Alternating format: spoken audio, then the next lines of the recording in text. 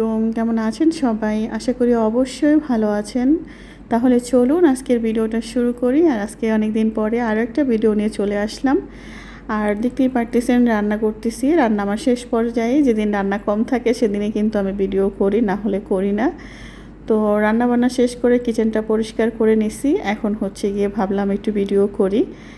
আর এই তো দেখতে পারতেছেন কিচেনের অবস্থা। কিচেনটা কিন্তু মোটামুটি অনেক বড় ছিল যখন আমি প্রথম এখানে আসছি। অনেক ক্যাবিনেট, তারপরে হচ্ছে গিয়ে অনেক কিছু টুকিটাকি করে রাখতে এটা বড় করে এই জায়গাটা একদম ছোট করে ফেলছি। এখানে আমি অনেকগুলো নিজে থেকেই আমরা ক্যাবিনেট বসাইছি, তো যার জন্য কিচেনটা আরেকটু ছোট হয়ে গেছে। বাট ছোট হোক আর যাই হোক, আমার কিচেন আমার কাছে অনেক ভালো লাগে, কারণ আমার প্রয়োজনীয় সব কিছু আমার কিচেনের মধ্যে থাকা চাই। আর আলহামদুলিল্লাহ আমার কিচেনে আমি সব কিছু রাখতেও পারছি। আর এই তো ফ্রিজটাকে এভাবে রাখছি। এই ফ্রিজটা কিন্তু আরও অনেক সুন্দরভাবে, যেমন ধরো খাবার অনেক আইটেম দিয়ে যদি গোছানো হতো তাহলে কিন্তু দেখতে সুন্দর লাগতো, কিন্তু কিছু করার নেই। কারণ হচ্ছে এটা যেহেতু কিচেনের জন্য আনা হয়েছে, আর কিচেনের মধ্যে কিন্তু এই ডিব্বা ডাব্বি বক্স টক্স এগুলাই রাখতে হবে, তো সেজন্য এটার মধ্যে এগুলাই রাখা হয়। আর যেটা আমার খাবার টাবার রাখার জন্য সেটা তো অন্য ফ্রিজ, ওইটা হল রুমে রাখছি।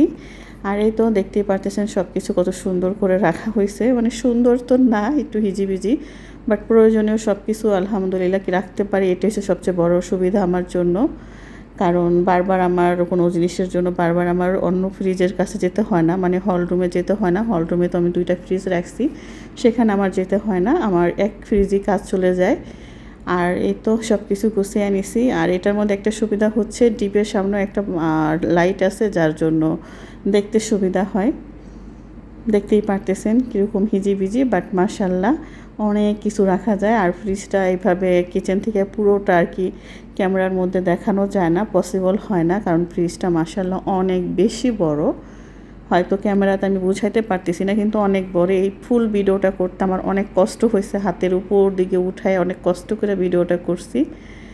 আর এই যে আজকে হচ্ছে মাংস ভুনা করছি। আর যেদিন রান্না কম থাকে, মানে ফাঁকিবাজি রান্না থাকে, আমি কিন্তু সেই দিনই ভিডিও করি। আর যেদিন আমার অনেক কিছু রান্না করতে হয় বা রান্না বান্নার ঝামেলা বেশি থাকে, সেদিন আমি ভিডিও করি না, বা অন্যান্য কাজও তো করতে হয়। শুধু তো রান্না বান্না খাওয়া দাওয়াই জীবন না, জীবনে অনেক কিছু করতে হয়। ঘরের কাজকর্ম থাকে, বাচ্চা হাজবেন্ড সব কিছু ম্যানেজ করতে হয়, তো সব মিলিয়ে ঝিলে পারা যায় না। যেদিন আমার ফাঁকিবাজি টাইম থাকে সেদিনই হচ্ছে কি আমি ভিডিও করি। যাই হোক, তারপরে হচ্ছে আমরা মার্কেটে যাওয়া হয়েছে, আমাদের মার্কেটে আসছি বাবাকে নিয়ে। বাবা স্কুল থেকে নিয়ে এসে বাবাকে নিয়ে মার্কেটে আসছি। আর বাবা এই যে এখানে খেলাধুলা করতেছিল, আর আমি ভাবলাম একটু ভিডিও করি। এগুলো কিন্তু ছুটির সময় অনেক জমজমাট থাকে, আর স্কুল টাইমগুলোতে মানুষ কম থাকে। তো আমরা যেখানেই যাই চেষ্টা করি যেখানে মানুষ কম থাকবে সেখানেই যাওয়ার জন্য। আর বিশেষ করে আমরা নর্মাল দিনে যাওয়ার চেষ্টা করি, কারণ যখন মানুষজন বেশি হিজিবিজি থাকে তখন যে কোনো কিছুর জন্য লাইন ধরতে হয়, ওয়েট করতে হয়, আর এই জিনিসটা আমার একেবারেই অপছন্দ। আর এই তো এদিকে বাবা ছেলেকে বসিয়ে দিলাম গেম খেলার জন্য, আর আমি ভিডিও করতেছি, ওনারা এনজয় করুক আর আমি আমার ভিডিও করি।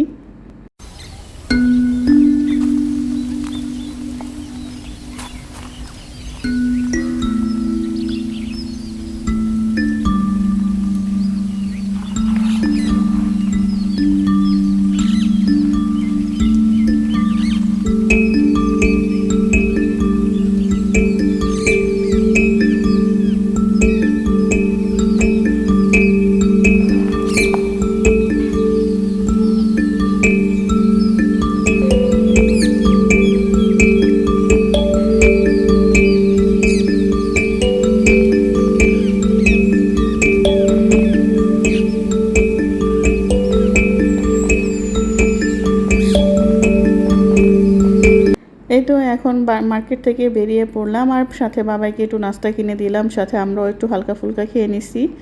এখন হচ্ছে বাসায় চলে যাব, আর বাসায় গিয়ে ক্যামেরাটা অন করব।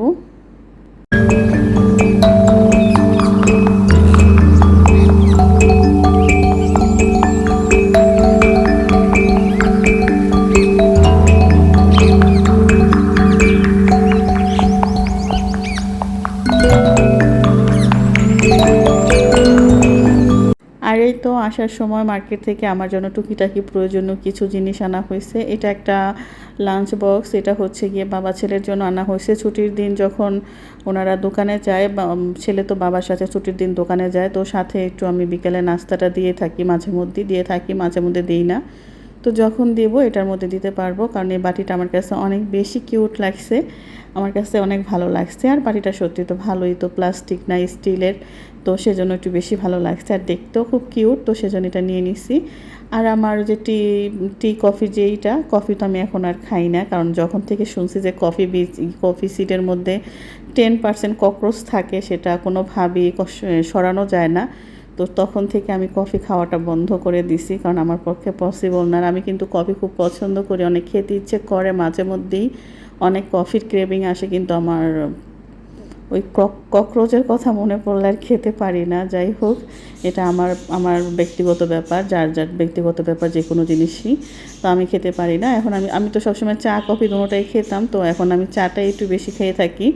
তো এখানে একটু ডেকোরেশন করার জন্য এই কাপ পিরিচটা আনছি, এটা অনেক কিউট, আর কিউট জিনিস আমার কেন যেন খুব ভালো লাগে। আর দেখতেই পারতেছেন কত সুন্দর, ছোট্ট কিউট, মাশাল্লাহ। যাই হোক, এটা আমি একটু সাজানোর জন্য নিয়ে আসছি। আর সাথে হচ্ছে গিয়ে ফ্রাই প্যানগুলো আনা হয়েছে, কারণ ফ্রাই প্যানটা খুব প্রয়োজন ছিল, সেজন্যই আর কি। আর এই তো দেখতে পারতেছেন এই জায়গাটাকে একটু সুন্দর করব, বাট এখন না, পরে আস্তে ধীরে একটা টি কর্নার বানাবো। আগে তো একটা কফি কর্নার ছিল, আগে প্রায় বানাইতাম কফি কর্নার, বাট এখন চিন্তা করছি একটা টি কর্নার করব, তবে পরে, এখন না। তো ভালো থাকবেন, আল্লাহ হাফিজ।